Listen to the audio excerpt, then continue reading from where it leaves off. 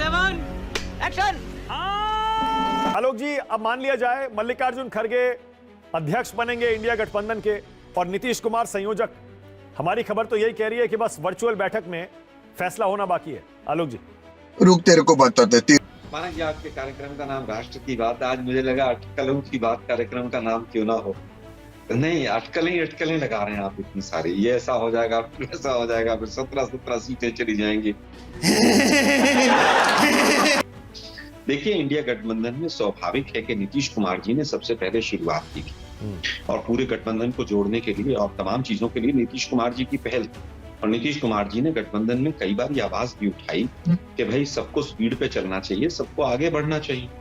तो आज क्या फैसला होगा, कैसे नहीं होगा, मेरे पास आधिकारिक जानकारी नहीं, लेकिन इतना जरूर है नीतीश कुमार जी एक अच्छी भूमिका में रहेंगे और तमाम घटक दलों के सहयोग से, सहमति से, सब लोगों की सहमति से ही सारे निर्णय लिए जाएंगे। सही बात है।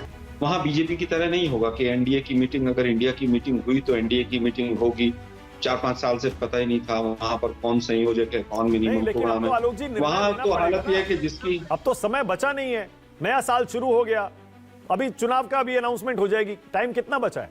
मैं बता देता हूं आपको, आप भी सेटिस्फाई हो जाओगे।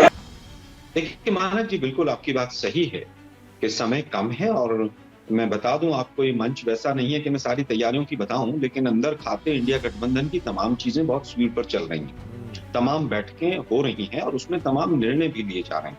और यही कारण है कि आज आपके सामने एक बड़ा निर्णय आपके सूत्र बता रहे हैं कि ऐसा है, जबकि मेरे पास आधिकारिक जानकारी नहीं है, लेकिन कहीं ना कहीं अच्छे निर्णय और स्पीड भी बढ़ी है। और मुझे लगता है कि जिस तरह से देश के अंदर बीजेपी ने तो नारा भी दे दिया, तीसरी बार मोदी सरकार, अब की बार 400 पार। वाह बेटा, लगता है तुम घू खा के ही मानोगे। आप तो उनकी तो सरकारी नारों की सरकार होती है। अगर वो 2014 के अपने नारे खुद याद कर लेंगे तो उनको खुद स्वयं लज्जा आ जाएगी। बहुत हुई महंगाई की मार, अब की बार मोदी सरकार। बहुत हुआ महिलाओं पर अत्याचार, अब की बार उनकी सरकार। अच्छे दिन आएंगे। देखिए, ये जुमला है, मतलब महंगाई, महिला अत्याचार, किसानों के अच्छे दिन सब आ गए। तो उनकी नारों की ही एक, उनका देखिए उनके पास एक तंत्र है कि नारा उछालिए और नारों के साथ देश की जनता को भ्रमित कीजिए। अरे भाई 10 साल हो गए, अब बताइए किस चीज पर क्या क्या काम किया, उसके ऊपर वोट मांगिए ना। अब की बार फिर मोदी सरकार, अब तीसरी बार मोदी सरकार। अरे भाई क्या कारण है कि मोदी सरकार आए, क्या काम किया आपने कि मोदी सरकार आए, वो बताइए ना। नहीं, मुझे मजाक नहीं उड़वाना अपनी चीज का, मैं नहीं बताऊंगा। मोदी जी को जब मतलब 600-800 करोड़ लोग वोट दे सकते हैं तो नारा भी कोई भी लग सकता है। मेरा मानना है कि आज मुद्दों पर बात होनी चाहिए। ये वही मोदी साहब थे जो कहते थे कि मुझे उनको 50 साल दिए, 60 साल दिए, मुझे 60 महीने दे दो। 60 महीने दिए तो नोटबंदी लागू करके और 3 काले कानून लाकर और तमाम चीजें की। लोकतंत्र किस हालत में आज पहुंचा दिया है। आज किस तरह से संसद से 150 सांसदों को बाहर फेंक दिया जाता है, ये पूरा देश देख रहा है। इस सज्जन को क्या तकलीफ है भाई, क्या तकलीफ है इनको? यही नहीं, अभी और सुनिए। आनंद दुबे, एक सवाल और, क्या बिहार की तरह महाराष्ट्र में भी लोकसभा विधानसभा एक साथ हो जाना चाहिए चुनाव? आप तैयार हैं? हम हर परिस्थिति में तैयार हैं। जनता जो फैसला करेगी वो सर्वमान्य है। ओके। हमारे नेता जो आपस में बैठकर तय ठीक कर लेंगे। है, शाजिया आप तैयार होंगे बिहार में एक साथ चुनाव करवाने को? नीतीश जी चाहते हैं एक साथ हो जाए। शाजिया जी तो ईडी सीबीआई से पूछ के बताएंगी।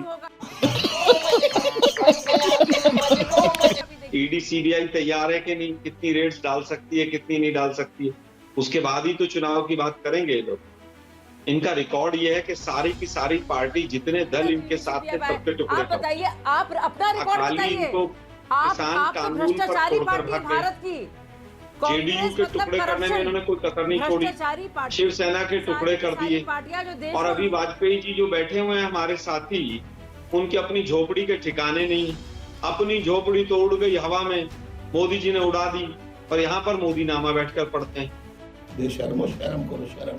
मुझे लगता है डबल इंजन की जो भी बात करते हैं वो जरा एक बार मणिपुर पर जरूर देख लें कि मणिपुर का क्या हाल हो रहा है डबल इंजन का। वहां पर रोज हत्याएं हो रही हैं और देश के प्रधानमंत्री एक शब्द नहीं बोल सकते हैं। देश के केंद्र में एक निकम्मी कायर सरकार बैठी है जो एक छोटे से राज्य को हैंडल नहीं कर पा रही है। डबल इंजन, 400 पार, नारों की सरकार, देश का भट्टा बैठा दिया इन्होंने, चाहे वो अर्थव्यवस्था हो, चाहे सामाजिक व्यवस्था हो, चाहे मोदी देश नीति सरकार हो, है आम भारतीय के लिए, खास परिवारों के लिए नहीं है। सामाजिक व्यवस्था हो, चाहे मोदी देश नीति सरकार हो, है आम भारतीय के लिए, खास परिवारों के लिए नहीं है। समझ रहे हो? समझ रहे हो आप? समझ रहे हो? सही खेल गया बेंच। सुन लीजिए, और पेगासस मुझे 24 चुनिंदा परिवारों के लिए नहीं है, आम गरीब इंसान के लिए है। ये फर्क है आप में हमारे।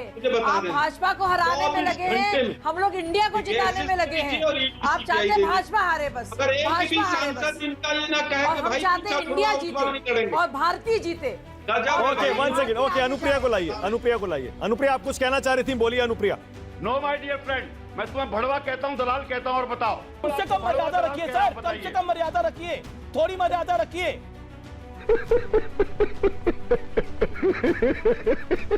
अनुप्रिया,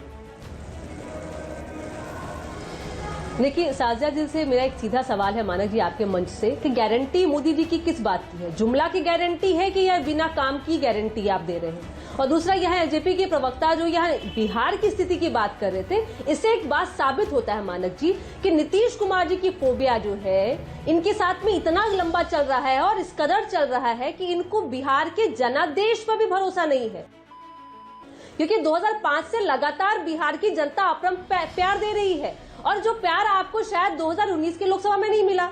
ठीक है, आपकी झोपड़ी जल गई है, अभी तो चाचा भतीजा का ही तय नहीं हो पा रहा है कि आपका क्या होना है।